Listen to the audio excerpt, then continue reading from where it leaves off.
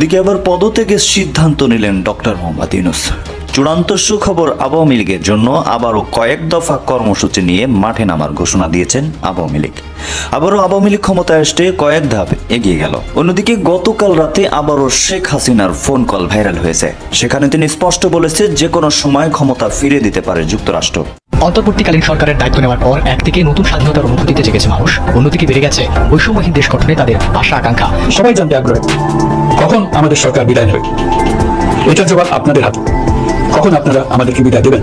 অথবা বলে যে এগুলো কোনোটাই দরকার নেই, তাড়াতাড়ি নির্বাচন করবে। যদি বলে যে নির্বাচন দিয়ে দেন, আমরা নির্বাচন খেলা কিন্তু শুরু হয়ে গিয়েছে। ফাইনালি এবার ডক্টর ইউনূস সাহেব পদত্যাগ করে চলে যাচ্ছেন অন্য দেশে। এদিকে আওয়ামী লীগের চূড়ান্ত সিদ্ধান্ত হতে চলেছে তারা বাংলাদেশে আবারও নির্বাচন করবে, যে নির্বাচনে যদি তাদেরকে মারধর করা হয় তবুও তারা শক্ত হয়ে এই দলটা ধরে রাখতে চায়। তারা আর কি বিএনপির থেকেও বড় রূপ ধারণ করবে, এরকমই কিন্তু চাঞ্চল্যকর তথ্য প্রমাণ সহকারে আপনাদের কয়টি ফুটেজ দেখাবো, দেখাইলে কিন্তু বুঝতে পারবেন যে আসলে বর্তমান নিউজটা কতটা ইম্পর্টেন্ট হতে চলেছে। তাই আপনাদের ছোট্ট একটা রিকোয়েস্ট করতে চাই আপনাদেরকে, দর্শক দেখেন দয়া করে এই ভিডিওটি কেউ স্কিপ করবেন না।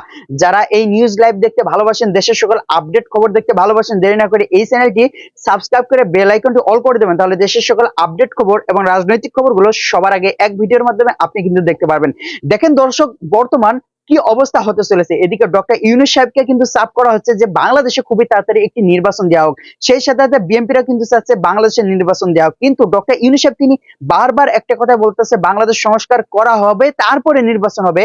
নিয়ম অনুযায়ী কিন্তু ডক্টর ইউনূস সাহেব 4 বছর 5 বছর কিন্তু থাকতে পারবে। সেই সাথে সাথে এই 4-5 বছরের ভিতরে আওয়ামী লীগ যে সমস্ত অন্যায় কাজ করে গেছে তাদের অবশ্যই শাস্তির ব্যবস্থা করে থাকবে। সেই সাথে সাথে কিন্তু জুলাই হত্যার যে সমস্ত আর কি বিচার, সেটা কিন্তু ইতিমধ্যে শুরু করে দিয়েছে বাংলাদেশে।